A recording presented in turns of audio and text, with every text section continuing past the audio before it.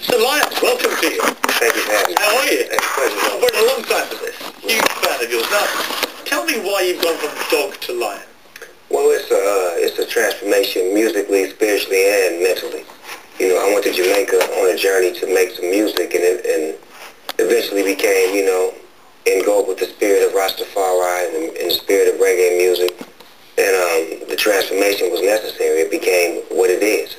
Jamaica is a very special place, isn't it? I've got good friends there. Interviewed Usain Bolt, the sprinter. He's from there, and there are some cricketers who are from Jamaica. It has a special soul to it.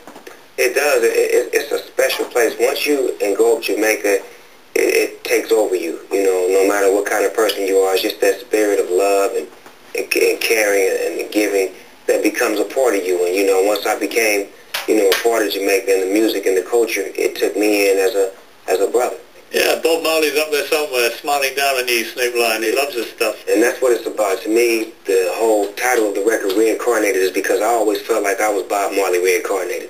And I felt like I was making music that wasn't representing the spirit that I wanted. I wanted to make music that could possibly get me on the Essence Awards or get me in the White House or get me in a big position where I could say something. And I felt like my music never did that, even though it done a lot for a lot of people, but it never spoke from the true place that I wanted to speak from, a place of love. You said it's your direct quote. It ain't about money, it's about respect. Explain to me what you mean by that. Well, a lot of people have money but don't have respect. And a lot of people with respect don't have money. So when you do get money, you shouldn't let money be the tool of the vehicle. You should always focus on giving respect and getting respect at the same time, because the money could be taken away at any given point. Have you had times in your life when you've been, maybe had plenty of money, but being very disrespectful? Have you been that other person?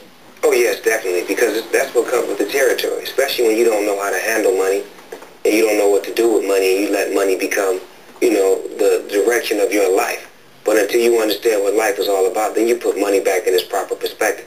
When you see the problems in places like Chicago, with predominantly young black men in their late teens often involved in this gang violence, you've been in that position.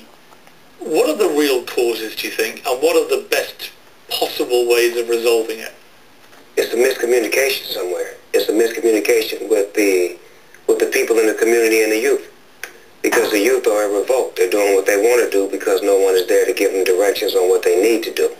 When I came up, we had certain criteria of gangsters that we looked up to who were called OGs. And these OGs would teach us and show us the appropriate way to do it. Nowadays, there aren't too many OGs that take the time to give these guys the guidance and the direction. So they're, misguided, and they're out there walking around taking their own direction. You're a very loving husband and father. How much of that is a problem with these young kids in these gangs where they don't have perhaps a father figure? They have a very dysfunctional family background. And what's the best way of tackling that? I think that's 95% of the problem, because if you don't have nobody to, match what your mother is teaching you, if your mother's teaching you to do what's right and you don't have that father figure there, you tend to do what's wrong. And the best way to try to, help that problem is to try to stay community, stay organized, and stay with each other. It takes a village of people to raise one kid. One thing about my community when I came up, it wasn't just about my mother raising me. It was about everybody in the community. If I did something wrong, somebody down the street could check me and get me back in pocket. Nowadays, it's like it's no law, no rule, no, understanding to when the kid is wrong and when he's right. You were born Calvin Broadus from Long Beach in California. Does anybody actually call you Calvin anymore? Nah, because I become Snoop, you know what I'm saying? It's like be somebody. Probably the people I went to school with, some of the officials, and some of the law enforcement that have seen my life drastically change in the appropriate way. There's my friend Calvin. Yes, sir. Where you grew up, 20% of the people that lived there lived under the poverty line. So you came from a pretty tough background. When you see the economic strife so many Americans are having now, what is your message to them? Obviously, you made an incredible success of your life. When you look back on how you did that and how you broke free from the gangs and everything else, and from poverty, what do you think were the key determinators in enabling you to do that? One of the keys was separating myself, closing the gap. I had to close the gap between me and my friends. A lot of my friends weren't going to go where I wanted to go and didn't have the vision to go where I wanted to go. So I had to close the gap and learn how to, associate with them, but without, to still be their friends and still love them, but, do my journey without them, because it was not going to work with them not having the same vision as me and not having the same work ethic and the same beliefs. As far as I had to relinquish all my drug selling duties. I didn't sell drugs. I didn't gangbang. I had to leave it all alone when I became, Snoop Dogg the rapper, when I said this is what I want to do. And I didn't make no money. I didn't get no attention. I wasn't a star. So it's sacrifices that I had to make that, my friends wasn't willing to make. So I say to you, whatever you're willing to do in life, you have to be willing to make that sacrifice first and foremost and stand on your own 2 feet and be a leader, not a follower. But that takes supreme self-dedication and self-discipline, doesn't it? Yes, sir. Yes, sir. It takes a lot of that, but at the same time, you get it with, the toughs of the hard knocks of the streets. I was hard-headed. My mother taught me the right ways and the things to do to avoid going to jail and being incarcerated, but I was hard-headed. I didn't listen to her, so I chose to go out there and, rumble with the homies because I didn't have a father figure at home. But that didn't mean that she didn't do her best. So I understand what the mothers are going through as far as having a child without that father to be there to help them, raise them. Let's take a little look at the documentary, Reincarnated. It comes out on March 15th. Let's watch a bit of this. Boom, boom. My life is in stages, you know what I mean? We, the jury in above entitled action, find the defendant, Calvin Brodus, not guilty of the crime of murder in the first degree. Whether it's me performing live on stage, Let me hear you say Snoop Dogg! or me going through stages in life. That's what my life has always been based on. And that's what forced me to find a new path. It's very powerful in parts. It's been called funny, disarming, poignant. I doubt you've been called poignant too many times in your early life. Do you feel lucky to be alive when you look back over everything you came through? I feel very lucky and blessed at the same time because I've seen a lot of people not make it, and I was in positions where I could have been right along with them. And, I just feel like, when you're here for a reason, and you need to do the right thing and do more of what's necessary as opposed to what's unnecessary. You've written a very powerful song about guns, which I want to come back and talk to you after the break. It's called No Guns Allowed, and it has a very eloquent and evocative message I want to discuss with you in a moment. There's music video. Here Comes the King from the new album Reincarnated out in April. I'm back now with Snoop Lion. You were a gangster rapper. We've discussed this. And you've now written this song called No Guns Allowed. What was the inspiration for this? Because it obviously for you represents a pretty big U-turn in your life. Well, what it was certain scenarios in my life where, I had guns in my life, and I ran into a situation with the law where they came through my house and took all the guns out of my house and put my family through a whole lot of unnecessary abuse or whatnot. And I just felt like I had got to the point in my career and my life where I didn't need guns in my life because I didn't project that energy. I felt like I was positive and peaceful. And then at the same time, I kept hearing about all these school shootings and these people getting, guns in their hands and not knowing what to do with them and just going on a rampage. So it really touched me and it affected me to where I wanted to say something, and I wanted to make some music to try to help the next person who was thinking about loading the gun, going to a school and shooting, maybe helping him put that gun down and think about what he was doing or what she was doing before they did that. I mean, the gun is to many people in America a symbol of power. It may be involving membership of a gang, or it may be a crazed young mass shooter who wants to make a name for himself, whatever it may be. At the center of it is a sense of it empowers you. You've felt that, and then you've renounced that power. Why do so many people, do you think, associate the gun with somehow some form of self-esteem? Well, first of all, we are guilty as Americans of promoting the gun as one of the most highly touted things that you can have in your life. Whether it's good or bad, we've always did that. From the time I was a kid, I would always see pictures and movies with my favorite guys with guns and, them toting them around and doing whatever they did with them. And then when it got to the point where the gun became a part of your everyday life to where people were getting killed and people were dying, then you had to really take into account, is this gun really necessary? Is it necessary for me to have this gun? Or is it better for me not to have a gun? They say it's better to be caught with than without. But once you get older,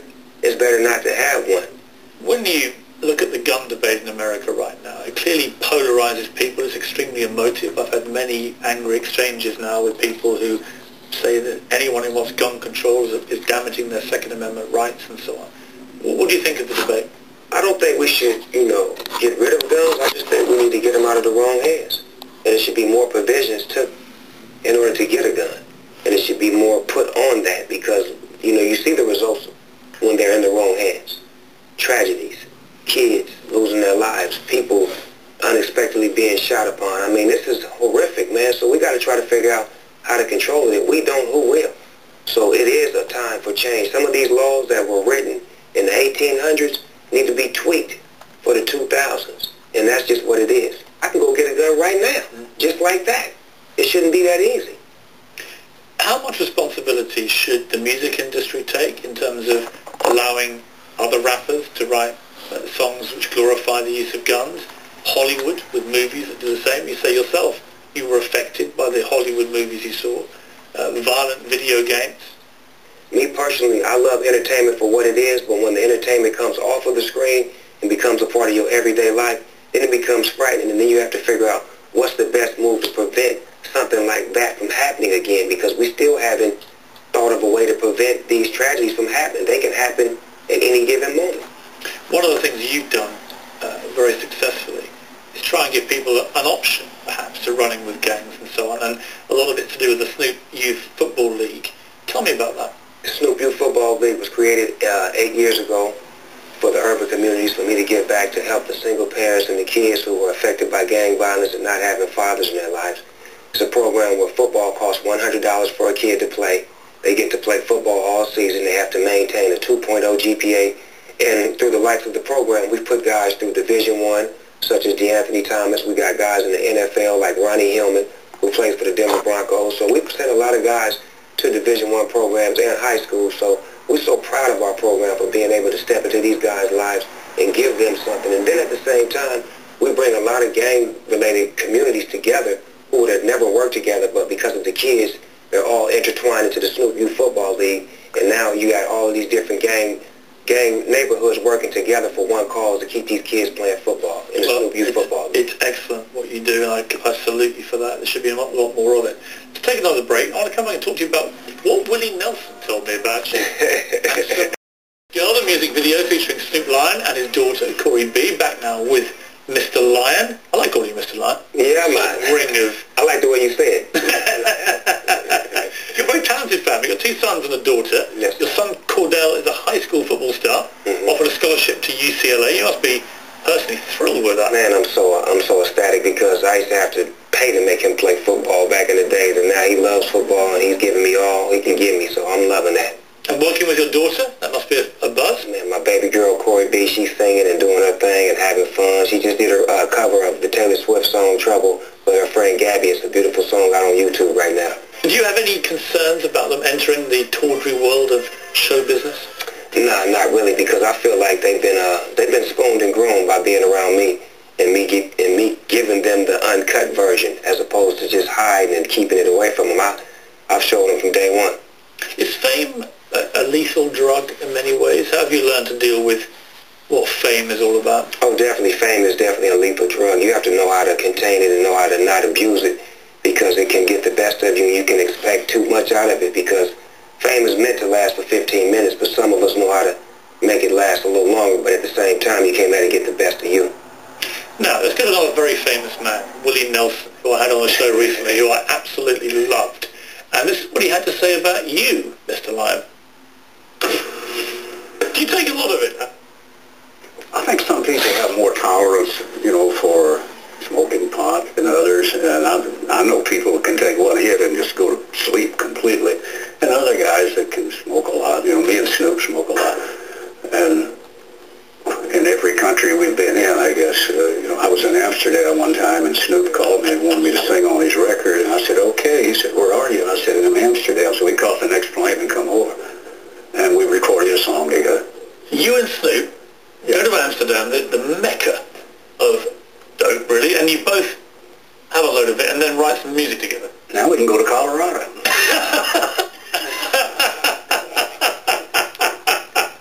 So he's landed you right in it there, Willie Nelson. Well, That's special, man. I mean, I love Willie Nelson. I'm going to give you a story real quick, not to take up too much of your time, but on that trip in Amsterdam, we had so much fun. Our minds was gone, so we went to Kentucky Fried Chicken.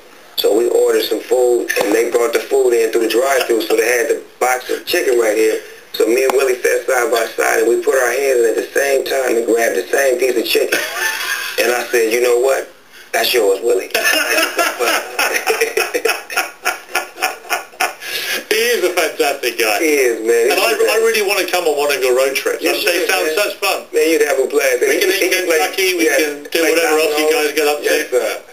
Yes, sir. Should marijuana now be legalized? Is it beyond that point now? Yeah, it's more medical than anything, and it does more to creatively help you as opposed to hurt you. You know, you don't hear nothing about people going out, doing crazy crimes in the marijuana, getting into driving accidents, and none of that. You just see people calm, relaxed, and dealing with their medical problems, or either, staying to themselves and being on their own little ride. Finally, Barack Obama, first African-American president. How did that make you feel, and how do you think he's done? Man, that made me feel, like anything can happen in this world if you put your mind to it and you work hard. And color has nothing to do with it. It's all about the ability to be the best at what you are. And I feel like he's doing a great job because, he did take over a White House that was kind of half clean. The bills wasn't paid, doors was unlocked, cars wasn't running. He had to get things back in order before he could actually put his plan together. So I'm just so blessed that they gave him a second opportunity and a second run to continue to do great things to keep this country floating in the right direction. And finally, how hard do I have to work and how much money do I have to earn to be able to afford a necklace like your lion necklace? You my partner, I got one coming to you on the house. You are my man. Charge it to Is the right phrase, right? Yes, sir. Snoop, Lion, it's been a great pleasure. It really has. Love being on your show, man. Thank you, brother. Waited a long time, and you delivered. Snoop's documentary, Reincarnated, comes out March the 15th. The album drops on April 23rd. Love the sound of that album. Thank you, brother. Jamaica meets Snoop Dogg. Yeah, becomes Rastafari. Great to see you. Thank you, brother. We'll be right back.